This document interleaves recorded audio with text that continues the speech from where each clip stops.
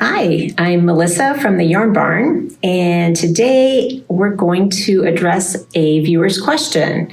So Jan posted a question on another video, and she said, I want to do a color gamp in a twill that I'm thinking about, but I don't know how to do different colors in the same warp. So we can talk about that today. So Jan, this one's for you. So we're going to measure our warp on a traditional warping board. It's a yard from left to right. And this method is going to be broken down into two parts. So the first part is going to be the dependable method that you can use for any warp that you're measuring, regardless of how many colors there are or the order of the colors, or if you go back and revisit colors you've used before. It's kind of the all-purpose version. It's a little slower, but it's dependable. Then we're going to break into a second version that is faster and easier, but can only be used in specific circumstances. So let's do the dependable one first, and then we'll go to the corner cutter one.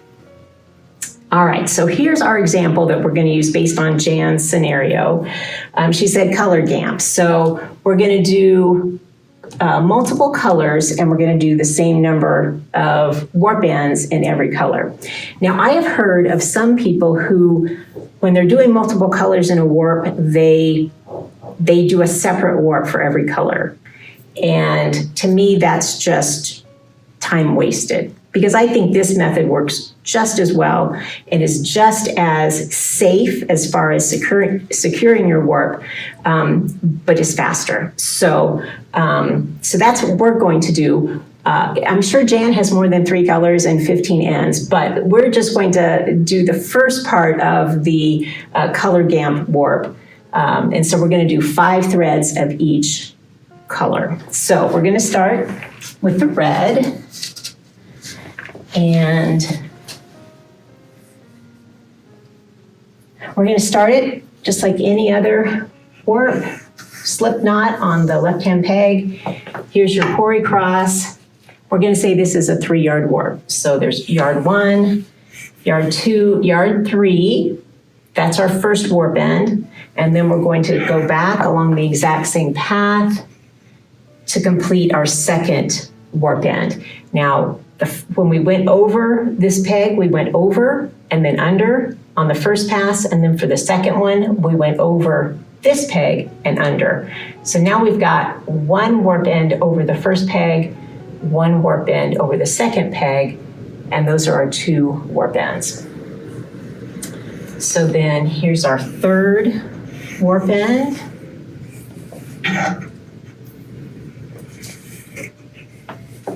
And then 4th, and then here is the 5th. So we just verify we've got 3 warp ends atop this peg and 2 right here over the second peg. So those are our 5 ends. So we've double counted and we know that's correct. Now, because we're going to switch to a second color, we're going to cut the red and grab our second color, navy, and we're going to tie those 2 together. And I'm just going to cut like 2 inches from the end of the peg and drop the red, and then just tie it to the navy blue. And I'm just going to do just an easy overhand knot, nothing special. I'm just going to pull it real tight so it's not going to go anywhere. And you just want that knot to be kind of at the peg. It can be anywhere kind of in this vicinity, but basically right at the peg. And then we just keep measuring in the same path with the navy that we used with the red. Now, and we're keeping this alternation of the threads at the pori cross. So going down this way for the first thread, coming this way for the next one, this way, this way, this way, this way. That's the magic that keeps the threads in order. So we're continuing that, and it's going to be solid as we go to thread. So that's one warp end. Here's the second one, third,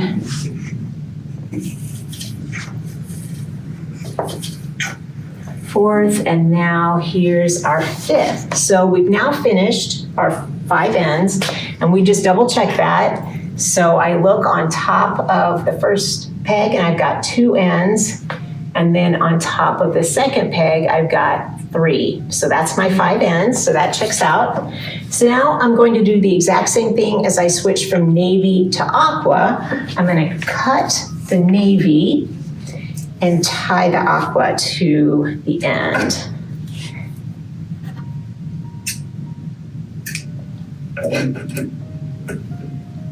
Again, just an easy overhand knot,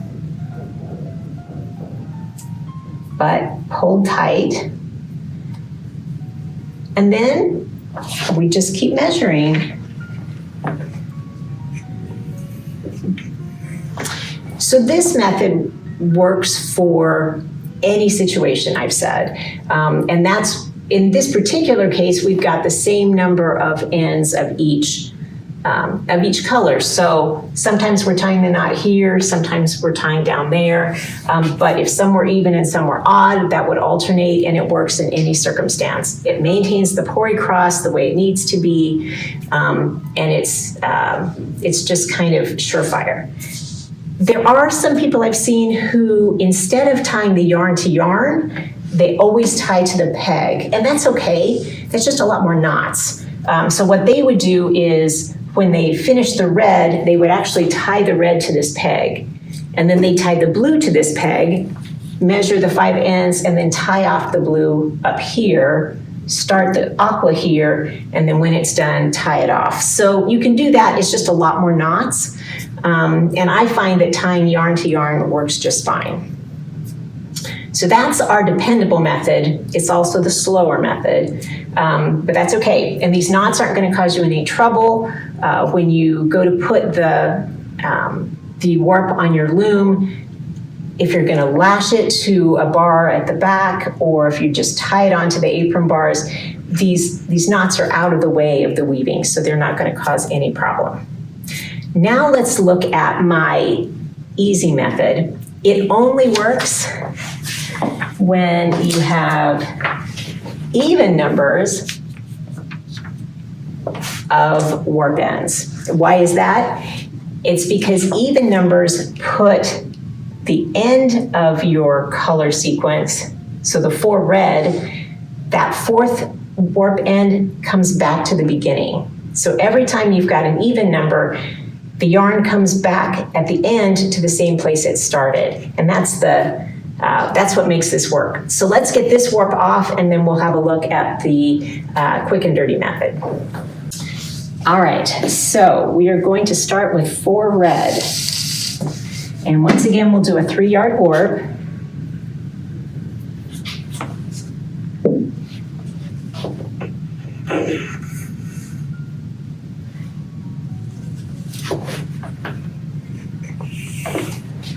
And my tube is going to tip over, so I'm going to set it down here.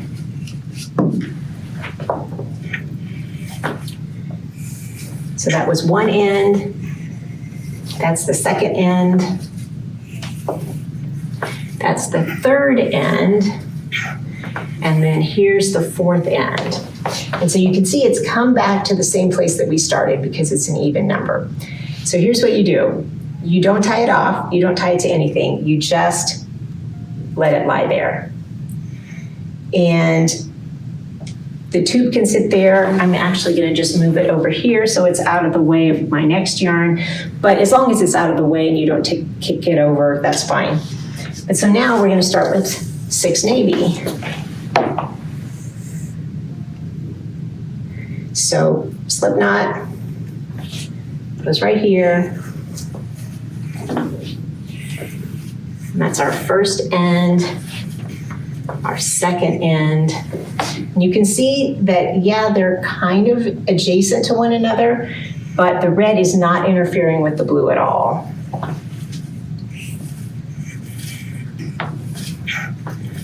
And that's our fourth end. Here's our fifth. And then we come to the sixth. So we just double check, but 3 ends here, 3 ends here. That's our 6. We take the blue and we just set it aside. So the blue and the red are both just hanging out. And the green, we're going to do 4 of the aqua.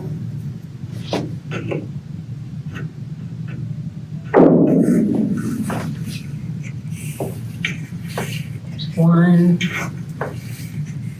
2, 3, and 4. Okay. So I'm going to move the aqua here on my chair. Now we're ready for navy again. And so now we just pick up the navy. And here's my red and here's my aqua, and they're still just hanging out. I'm going to put the navy back on the floor so it doesn't get tangled up. And then we just keep measuring. So we're going to do 6 navy.